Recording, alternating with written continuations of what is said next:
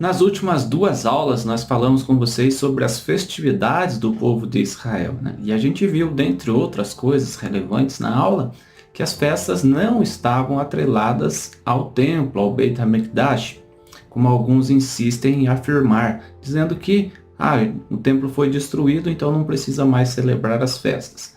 Então isso não faz o menor sentido se a gente for ler o contexto bíblico. E as celebrações da Torá representam mandamentos permanentes que Deus estabelece conosco, estatutos perpétuos, como nós já vimos, e em nenhum lugar é afirmado que Yeshua, ou Jesus, se você preferir, teria abolido essas festividades. Hoje, nós vamos abordar um tema que, de certo aspecto, está atrelado, tem conexão muito relevante com as festividades do povo de Israel, que é o mandamento dos dízimos. Continue conosco para você aprender mais sobre esse importante assunto.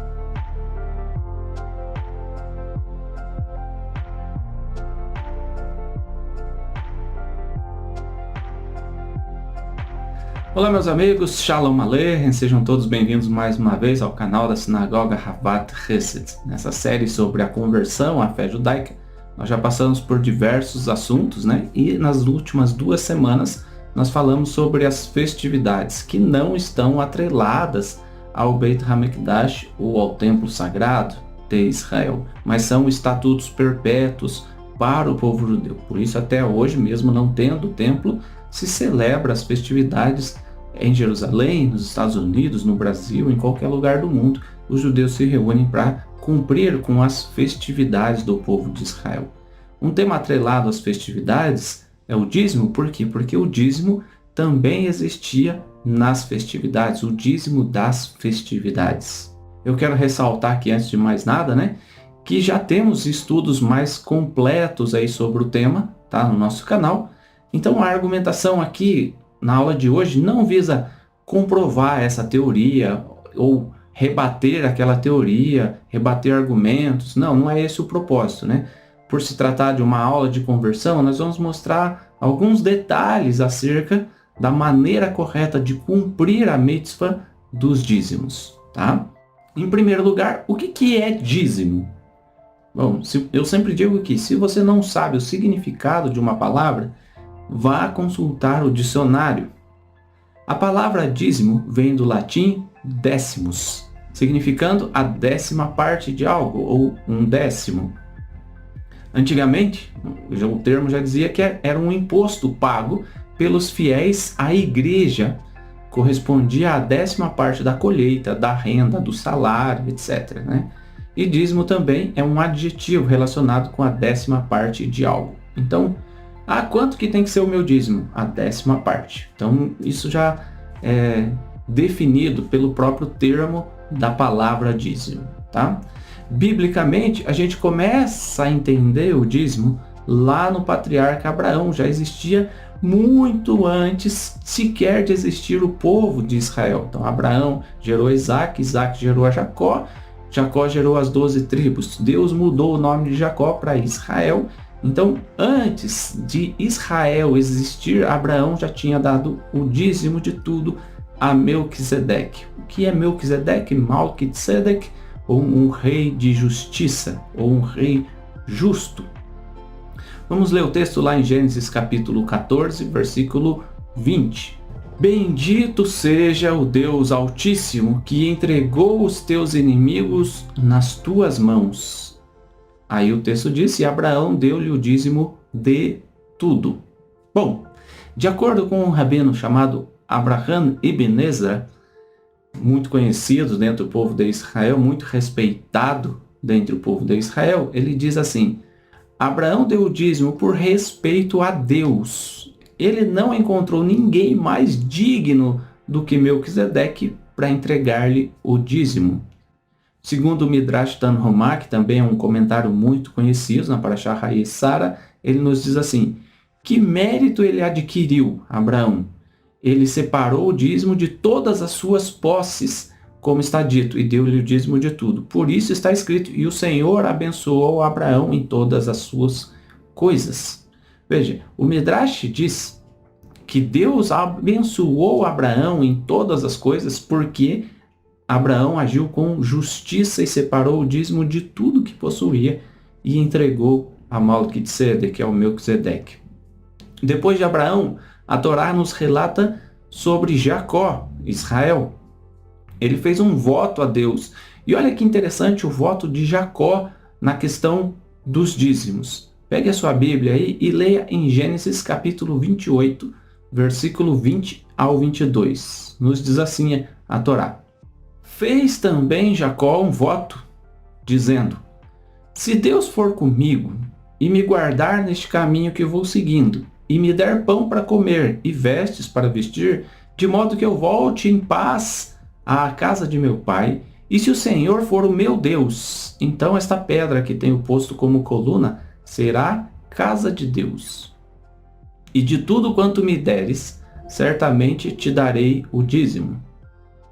Então Jacó faz um voto com Deus. E olha o que está expressado nesse voto. Jacó primeiro pede que Deus esteja com ele.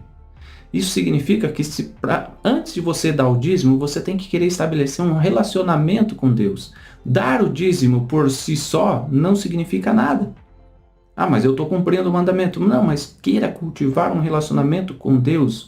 O dízimo é parte da sua relação com Deus. Tem que pensar nessa forma para você entender melhor o propósito do dízimo. Aí Jacó pede o quê? A proteção do Eterno. Tá? Me guardar neste caminho que vou seguindo. O dízimo ajuda a te proteger. O dízimo é uma cerca que te protege. No Talmud, em Pirkei Avot, fala que o dízimo é a cerca da riqueza. Isso é muito relevante para você entender um pouco mais a respeito da interpretação correta do dízimo. Outra coisa que Jacó pede aqui no seu voto: pão para comer e vestes para vestir. Jacó não está preocupado em ter riquezas. Eu não dou dízimo porque eu sou rico. Não, eu dou dízimo porque eu tenho o que comer e o que vestir. Esse era o propósito de Jacó, não era a riqueza, não é a prosperidade. Não se entrega o dízimo para ficar rico. Esse é um pensamento errado. Nem tampouco, se você não dá o dízimo, você vai ficar pobre. Não, não tem nada a ver com riqueza ou pobreza. O dízimo tem a ver com o amor a Deus, com o temor do Eterno. Não, o dízimo tem a ver com o amor a Deus, tem a ver com a relação que a gente cultiva com o nosso Deus. E outra coisa que daí está escrito também nos versículos: Jacó se propõe, tal qual Abraão, a dar o dízimo de tudo. Isso é um aspecto interessante, porque muitas interpretam erroneamente que o dízimo era só de alimentos ou só do gado, porque isso está escrito na Bíblia. Não, você tem que interpretar da maneira correta. Não é porque naquela época só não existia dinheiro. Existia dinheiro sim. Mas aqui estava falando, nesse texto que as pessoas fazem referência, né? Aqui estava falando dos dízimos da sua colheita ou do seu gado. Mas podia haver diferentes dízimos, como Abraão deu o dízimo de tudo e como Jacó fez um voto oferecendo o dízimo de tudo para Deus. Um outro aspecto relevante com relação ao dízimo que as pessoas argumentam é que os dízimos eram dados aos levitas pelo trabalho que eles exerciam. E como não tem mais o sacerdócio levítico, então não precisa mais, certo? Não, errado. Olha o que a Bíblia diz lá em Números capítulo 3.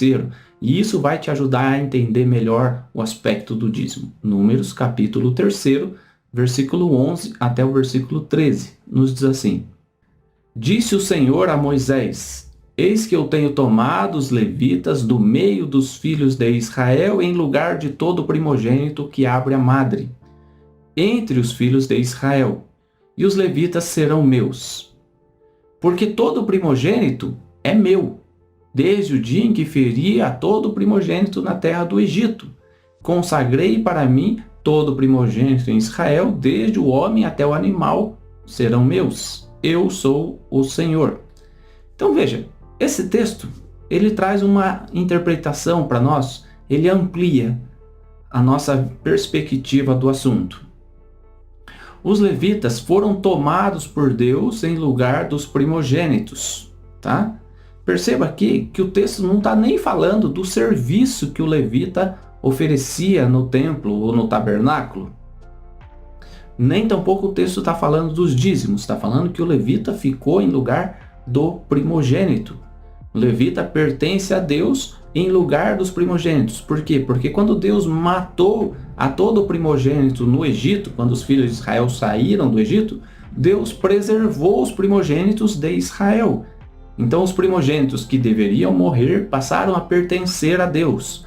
Mais tarde, como a gente acabou de ler em Números capítulo 3, Deus substitui os primogênitos pelos levitas. Agora reflita comigo, você seria capaz de deixar o seu primogênito sem o sustento? Porque sim, o seu primogênito era para estar no lugar dos levitas. Quando nós entendemos o dízimo para os levitas, a gente passa a aceitar com muito mais propriedade, com muito mais devoção, se a gente entendesse que aquele levita, aquele Cohen, aquele que está exercendo o sacerdócio sobre nós, é o nosso primogênito. Então, se você tem o seu primogênito na sua casa, protegido, abrigado, e você trata com todo o carinho, saiba que ele era para estar no lugar do levita. Em algumas religiões, o primeiro filho, ele exerce o sacerdócio mesmo, né? Então, dentro do próprio catolicismo mesmo, você percebe que, antigamente, o primogênito era separado para ser padre, para servir na igreja. Então, isso deriva do texto bíblico. O primogênito pertencia a Deus. Deus toma os levitas, mas se você mantém o sustento ao levita, você está entendendo no seu coração que aquele sustento deveria ser para o seu primogênito, que devia estar lá. Então, se você deixa o levita padecer necessidade, você deixaria igualmente o seu primogênito padecer necessidade? Claro que não deixaria, né? E você ficaria feliz de ver você dando a 10ª parte ao seu filho primogênito, mas o outro judeu que é alimentado espiritualmente por seu filho primogênito, ele não contribuir com nada? Não faria sentido, né?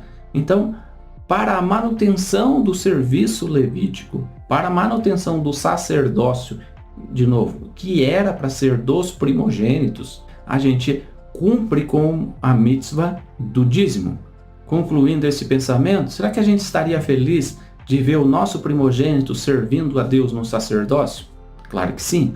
Mas será que a gente estaria feliz de ver o nosso primogênito servindo a Deus no sacerdócio e não recebendo a manutenção necessária, o sustento necessário para a sua vida? Claro que não, né? Então a gente passa a entender um pouquinho mais a respeito disso. Um outro aspecto muito relevante aí, tá? Podemos comer o dízimo. Está escrito na Bíblia que a gente pode comer o dízimo. Sim, está escrito. Mas sob qual pretexto, sob qual aspecto? Vamos ler o texto? Deuteronômio, capítulo 14. Nós vamos ler um texto longo, do versículo 22 até o 29, para depois trazermos uma abordagem com vocês. Certamente darás os dízimos de todo o produto da tua semente, que cada ano se recolher do campo. E perante o Senhor teu Deus, no lugar que escolher para lhe fazer habitar o seu nome, comerás os dízimos do teu grão, do teu mosto e do teu azeite, e os primogênitos das tuas vacas e das tuas ovelhas, para que aprendas a temer ao Senhor teu Deus por todos os dias. Então, entregar o dízimo tem a ver com aprender a temer a Deus todos os dias. Aí a gente volta lá na relação de Abraão com Deus, de Jacó com Deus. O temor a Deus, o respeito a Deus. Mas, versículo 24, se o caminho te for tão comprido que não possas levar o dízimo, por estar longe de ti o lugar que o Senhor teu Deus escolher para ali pôr o seu nome, quando o Senhor teu Deus te tiver abençoado, ou seja, Deus te abençoou, você tira o dízimo, mas estava longe para você levar, então vende-os, ata o dinheiro na tua mão e vai ao lugar que o Senhor teu Deus escolher. Por que vende? Porque aqui no começo está falando do dízimo do campo, né? Da semente do campo. Então você não pode levar 1 tonelada de trigo. É muito mais difícil, mas é mais fácil você vender e levar o dinheiro. Então esse era o propósito. Aqui prova que já existia o dinheiro também, né? E aquele dinheiro darás por tudo o que desejares, por bois, por ovelhas, por vinho, por bebida forte e por tudo o que te pedir a tua alma, comerás ali perante o Senhor teu Deus e te regozijarás tu e a tua casa. Olha só, eu posso vender a 10ª parte e comer. Está escrito isso? Está escrito? Sim, está escrito. Depois a gente vai entender um pouco mais. Mas não desampararás o levita que está dentro das tuas portas, pois não tem parte nem herança contigo. Por que fala que não tem herança? O teu primogênito tem herança. O levita foi tomado em lugar do primogênito. O primogênito tem herança, mas o levita não. O levita não. Seria lícito a gente deixar o nosso primogênito sem herança? A Bíblia fala que o primogênito recebia a herança dobrada. Imagina a gente tirar a herança do nosso primogênito. Então, por isso, a gente entrega o dízimo ao levita. Ao fim de cada 3º ano, versículo 28, ao fim de cada 3º ano, levarás todos os dízimos da tua colheita do mesmo ano e os depositarás dentro das tuas portas. Então virá o levita, pois não tem parte nem herança contigo, o peregrino, o órfão e a viúva que estão dentro das tuas portas e comerão e fartar-se-ão, para que o Senhor teu Deus te abençoe em toda a obra que as tuas mãos fizerem. Um aspecto relevante aqui. Esse dízimo aqui, olha só, depositarás dentro das tuas portas. Você não leva. Tá vendo que não é o dízimo que você come? Esse dízimo aqui você deposita dentro das tuas portas. E o levita vem às tuas portas. Não é Jerusalém, não é o templo. O levita vem à tua porta. O órfão, a viúva, o pobre também vem e recolhem daquele dízimo que você deixou separado ali, para que o Senhor teu Deus te abençoe em toda a obra que as tuas mãos fizerem. Agora eu quero ler com vocês, dentro da Torá, da editora Sefer, né? Já mostrei para vocês, já falei que você pode comprar aí com o nosso amigo Yaakov. Se você abrir na página 549, dentro do comentário desse versículo de Deuteronômio capítulo 14, aliás, eu vou ler o versículo nessa versão aqui da Torá. Diz assim, versículo 29. E virá o levita, que não tem parte nem herança contigo, aí está entre parênteses, e tomará o primeiro dízimo. E o peregrino, o órfão e a viúva que estão nas tuas cidades tomarão o dízimo do pobre. Então aqui mostra 2 dízimos diferentes. O dízimo do levita e o dízimo do pobre. Não deixarás desamparado o levita. Então você não pode tirar o dízimo do levita. É isso que está escrito na Bíblia. Agora vamos no comentário, na mesma página. Versículo 28, ali na mesma página 549, diz: ao fim de 3 anos. Se não separou os dízimos do primeiro e do segundo ano da Shemitah, então o dízimo segue um ciclo da Shemitah, em seu tempo deveria fazê-lo no 3º ano. Versículo 29, o comentário diz: e virá o levita para receber o primeiro dízimo que lhe pertence por lei, de acordo com Números 18, 21. E o peregrino e o órfão e a viúva, a fim de receberem o dízimo do pobre, que deveria ser suficiente para suas necessidades alimentícias. Somente fazendo os outros partilhar dos seus bens é que uma pessoa pode merecer a bênção de Deus em toda a obra de suas mãos. Então, Abraão, ao abençoar Melquisedeque, Deus o abençoou em todas as suas obras. Jacó foi abençoado por Deus. Jacó se compromete com a mitzvah do dízimo. E aqui a Torá conecta a mesma forma. Somente fazendo os outros partilharem dos seus bens é que uma pessoa pode merecer a bênção de Deus em todas as obras de suas mãos. Isso aqui nos mostra que há, então, 3 dízimos claramente. Primeiro dízimo, o dízimo do sacerdócio. Segundo dízimo, o dízimo das festividades, que você come no lugar que o Senhor teu Deus houver designado. E o dízimo do pobre. Tá? Veja só a questão do dízimo sacerdotal, do dízimo do levita. Ah, mas não existe mais o sacerdócio levítico, então eu não preciso mais dar. Bom, se você tem a Brit Hadashah, o Novo Testamento, na sua mão, você pode ler aí em 1 Coríntios capítulo 9, primeira carta de Paulo aos Coríntios, capítulo 9, do versículo 11 ao 14. Olha o que nos diz Shaul HaShaliach.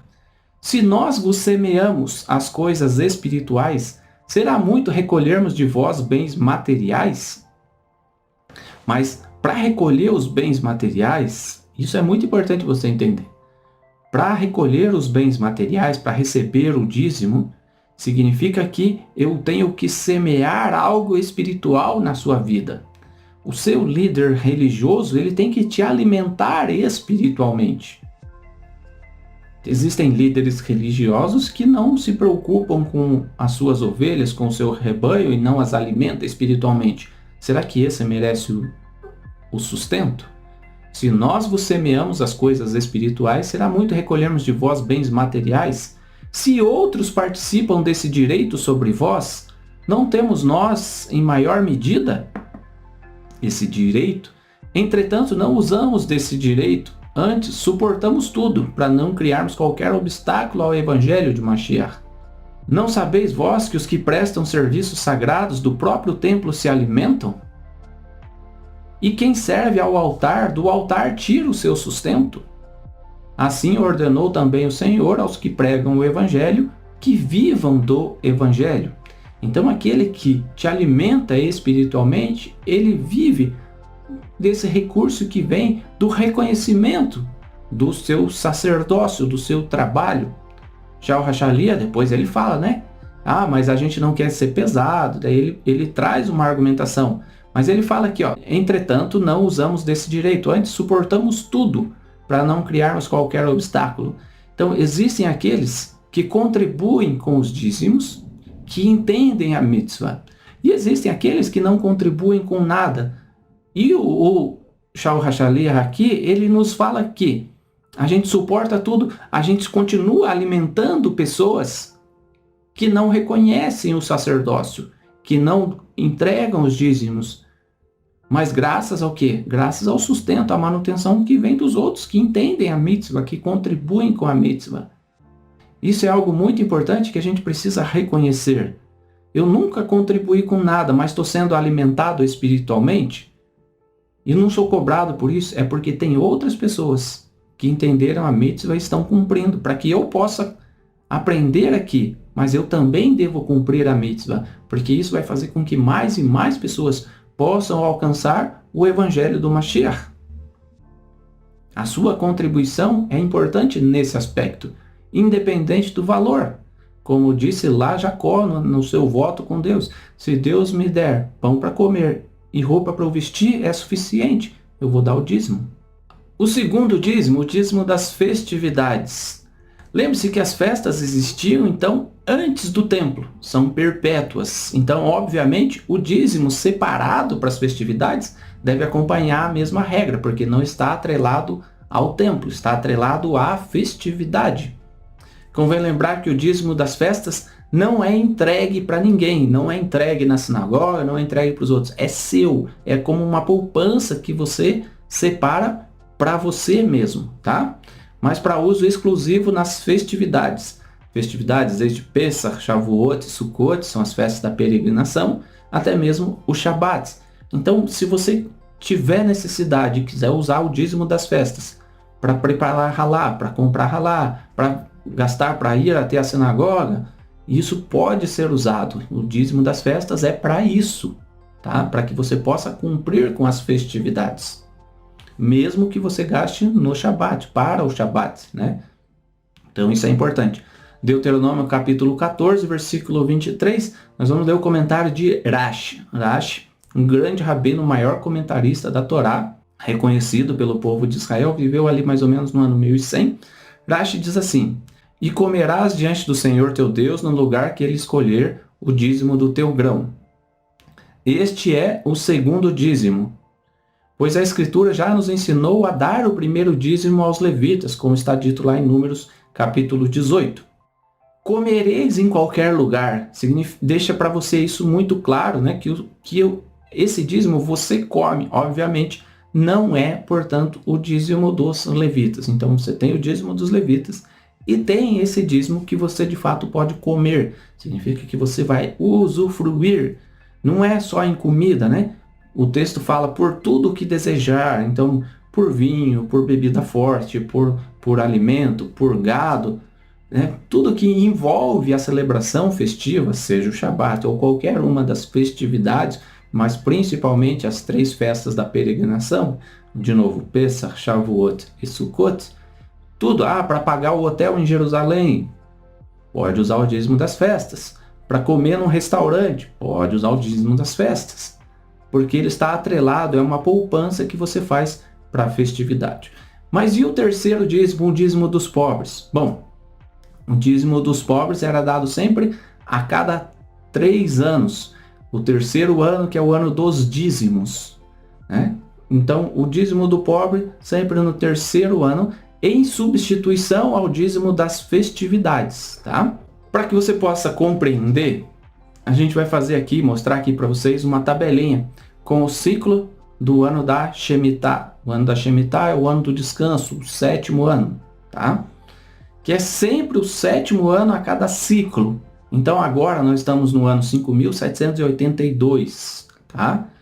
Que é um ano da Shemitah. Então no ano que vem, 5.783, começa um novo ciclo no primeiro ano, tá? A partir de Rosh Hashanah do ano que vem, você vai cumprir o ciclo como está escrito. Vamos lá. Olha aí na tabelinha. Primeiro e segundo ano, você vai entregar o dízimo sacerdotal e o dízimo das festas. Digamos que você ganha 10 mil reais por mês para facilitar, tá? R$ 1.000 é o dízimo sacerdotal. R$ 1.000 é o dízimo das festividades. Aquele R$ 1.000 das festividades, você não entrega para ninguém. É seu, é como uma poupança. Ou você guarda para ir para Israel, para cumprir a festa da peregrinação em Israel, ou você pode cumprir nas festividades, com tudo aquilo que deseja a tua alma. Então, vou fazer um grande banquete aqui em Rosh Hashanah. Maçã com mel, vou comprar da maçã mais cara, o mel mais caro. Ótimo. Chegou Sukkot, eu vou cumprir aí, eu vou comprar o etrog mais caro, eu vou comprar o lulav, né? Então, o lulav importado de Israel, você tem, porque você separou o dízimo das festas. Isso no primeiro ano e no segundo ano. Chegamos ao terceiro ano. Terceiro ano, você não tem o dízimo das festividades. É apenas o dízimo sacerdotal, por isso está escrito, não desampararás o levita. E o dízimo que seria para as festas, esse sim, no terceiro ano você vai dar. Então vamos continuar aquele mesmo raciocínio. Você ganha 10 mil por mês. Então você, no terceiro ano, dá 1.000 para o sacerdote e 1.000 você vai ter que separar para dar aos pobres. Aos pobres. Então você pode fazer de tzedakah no orfanato, você pode fazer uma doação para a pessoa na rua, para um mendigo, para alguém que está empobrecendo. Você pode ajudar um irmão pobre. Está escrito que a gente deve ajudar a todas as pessoas, mas principalmente aos domésticos da fé. Isso está lá na Brit Hadashah. Então você pode sim pegar esse dízimo das festas, mas eu tenho que dar R$ 1.000 para um pobre só? Não, você pode separar, você pode ajudar. Você pode não dar nesse mês porque não apareceu nenhum pobre para você ajudar e juntar, mas ao fim daquele ano você tem que ter se livrado daquele dízimo inteiro para algum pobre ou para os pobres, tá? Voltamos, quarto ano, quarto e quinto ano, repete o ciclo. Então, dízimo sacerdotal, dízimo das festas, dízimo sacerdotal, dízimo das festas. Chegamos ao sexto ano. No sexto ano, dízimo sacerdotal, não tem dízimo das festas, dízimo do pobre. Aí você ajuda o pobre no sexto ano. E no sétimo ano? No sétimo ano, você não podia plantar, não podia colher, mas o seu animal podia dar uma cria. Então, esse dízimo do sétimo ano é apenas o dízimo sacerdotal, tá? Apenas o dízimo sacerdotal. Espero que tenha ficado claro aí, né? No sétimo ano não tem dízimo dos pobres e não tem dízimo das festividades. Daí a gente retoma o ciclo. Primeiro ano, segundo, terceiro, quarto, quinto, sexto, sétimo, e daí retoma o ciclo, tá? Então nós estamos no sétimo ano. Esse sétimo ano tem apenas o dízimo sacerdotal, tá? Espero que tenha ficado claro isso para você, tá? Isso não significa que você não possa fazer tzedakah, né? seguir ajudando os pobres, separar um valor ali, passou um pobre ali, você vai ajudar alguém no semáforo, nós não estamos no terceiro ano, não vou ajudar ninguém. Não, isso é um pensamento egoísta, né? Toda vez que a gente compartilha, que a gente ajuda um pobre, a gente está sendo beneficiado por Deus também.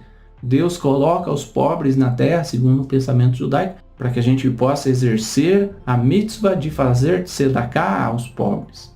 Então isso é muito importante a gente entender. Não é porque nós estamos no 7º ano e não tem o dízimo dos pobres que eu não vou ajudar os pobres. A gente sempre pode ajudar alguém necessitado. E para concluir o pensamento dos dízimos, o Talmud, no Tratado de Pirkei Avot, capítulo 1 de Pirkei Avot, na Mishnah de número 16, diz assim: Rabban Gamaliel dizia: arranja um mestre e livra-te da dúvida. Olhe como o mestre está conectado. E não pagues o dízimo por aproximação. O mestre, aquele que te ensina a Torá, ele evita que você tenha dúvidas. E ao evitar as dúvidas, o texto da Torá diz que você deve ser exato no dízimo. Usando esse livro aqui, A Ética do Sinai, Ensinamentos do Sábio do Talmud, de Irving Bunin, na página 60 e 61, ele comenta essa Mishnah e diz assim: e assim a Mishnah ensina, onde a halahá existe a precisão e a exatidão, não pense em chutar por alto. Nem adianta compensar aumentando o dízimo e dando mais do que a quantia solicitada. Neste caso, de mais também é ruim, tanto quanto o de menos. Halahá amiúde exige exatidão no tempo, lugar e medida. Não seja aproximado em seu judaísmo. Não faça estimativas toscas e nem seja quase kasher. Meça, pese, consulte seu mestre e seja exato. Então, se o seu salário, vamos dizer que seja 10.120, você não pode arredondar e dar o dízimo de 10 mil. Você tem que dar o valor exato. É isso que o Talmud fala. Mas eu vou... Digamos que o seu salário seja 998. Então, ao invés de dar o dízimo de 99,80, você dá R$100 de dízimo. Não faça, porque daí você está dando de forma errada. Não pode arredondar nem para mais e nem para menos. Seja exato no seu dízimo. É isso que está escrito no Talmud. Você pode dar R$100 nesse caso aí. Então, seu salário é 990. Em vez de dar 99 de dízimo, você vai dar 100. Não, você dê 99 de dízimo e 1 de oferta. Aí deu 100. Ou dê só os 99 de dízimo, exatamente como a halahá prescreve. Isso é importante, tá? Que todos nós possamos entender. Seja no dízimo sacerdotal, seja no dízimo do pobre, seja no dízimo das festas, procure ser exato, conduzir a sua vida econômica de forma que ela possa gerar bênçãos para você, tá bom? E eu espero que esse assunto tenha te trazido aí a compreensão de como separar os dízimos. E assim que o Eterno abençoou Abraão em todas as suas obras, pelo mérito do dízimo, ele também possa abençoar a mim, abençoar a você, quando a gente cumprir com dedicação todas as mitzvot que são importantes dentro do povo de Israel. O dízimo não é a mais importante, o dízimo é apenas uma dentre as 613 mitzvot, dentre os 613 mandamentos que Deus prescreve aos filhos de Israel na Torá.